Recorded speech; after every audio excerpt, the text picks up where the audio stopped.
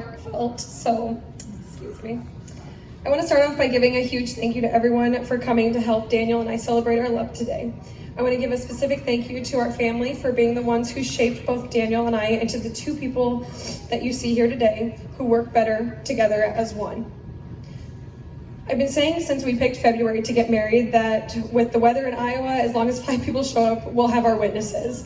So I'm glad you're all here today, and my heart is so full that you're here. I want to do a special thank you to my coworkers, especially on nights, who have helped me through a lot and deal with my emotions and my tiredness and my exhaustion on a daily. You've definitely heard me vent about wedding details and you're like, I'm so over it, pick a freaking color, okay? It's not that important. Nobody's gonna be like, you picked that purple? I don't think you should do that anymore. No. I also want to thank my bridesmaids for being so influential in all parts of Dan and I's relationship. Thank you to Doreen, Darla, and Jeff for putting the rehearsal dinner together last night. It was amazing, it tasted wonderful, nothing but greatness.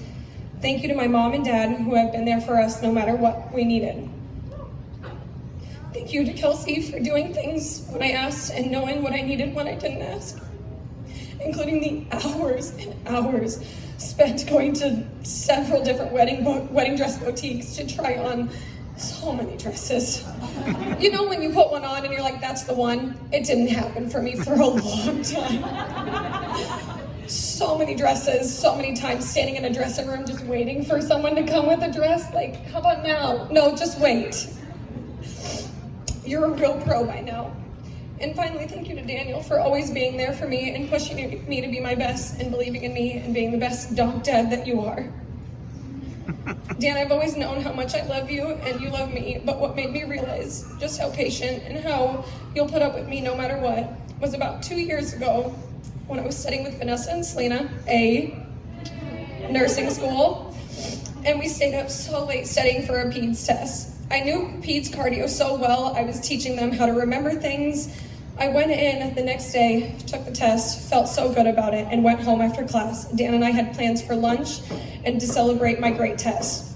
Well, grades got put in, and I got a D, which might as well have been an F minus exclamation point.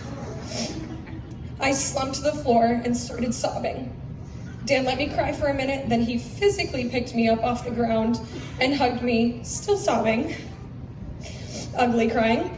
Then he looked at me and said, okay, you're done. It sucked, and you will be a great nurse someday. You're smart and kind.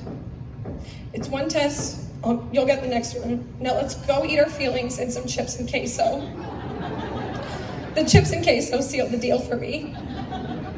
As some of you know, I'm a registered nurse on a medical surgical unit, and I work nights. I had a patient tell me this week, my wife and I have been together for 40 plus years. You want some advice on how to stay together? I said, sure, I'm listening.